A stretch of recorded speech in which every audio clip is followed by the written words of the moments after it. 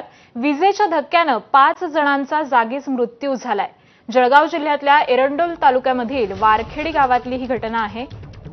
वारखेडी गावातल्या एका शेतकऱ्यानं आपल्या शेतामध्ये वन्यजीवांच्या पासून संरक्षण करण्यासाठी शेताच्या भोवती तारेचं कुंपण घालून त्यात वीज प्रवाह सोडलेला होता आणि हा वीज प्रवाह या मजुरांच्या लक्षात न आल्यामुळे त्या विजेचा त्यांना धक्का लागला आणि त्यांचा मृत्यू झालेला आहे।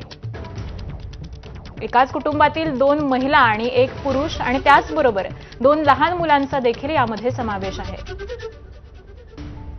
आणि याच संदर्भातली अधिकची माहिती घेऊयात आपले प्रतिनिधी चंद्रशेखर नेवे यांच्याकडून। चंद्रशेखर, अत्यंत दुर्दैवी अशी ही घटना आहे, 5 जणांचा मृत्यू झालाय।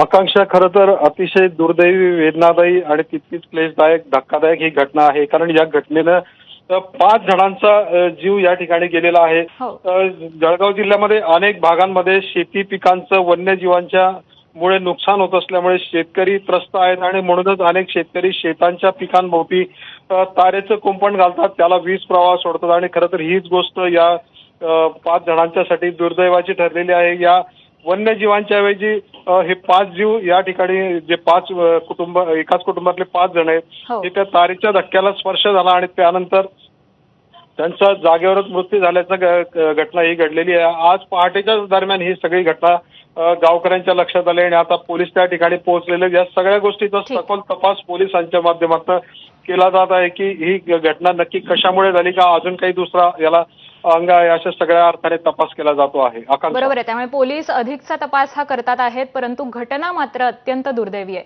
धन्यवाद चंद्रशेखर, आपण दिलेल्या या माहितीबद्दल।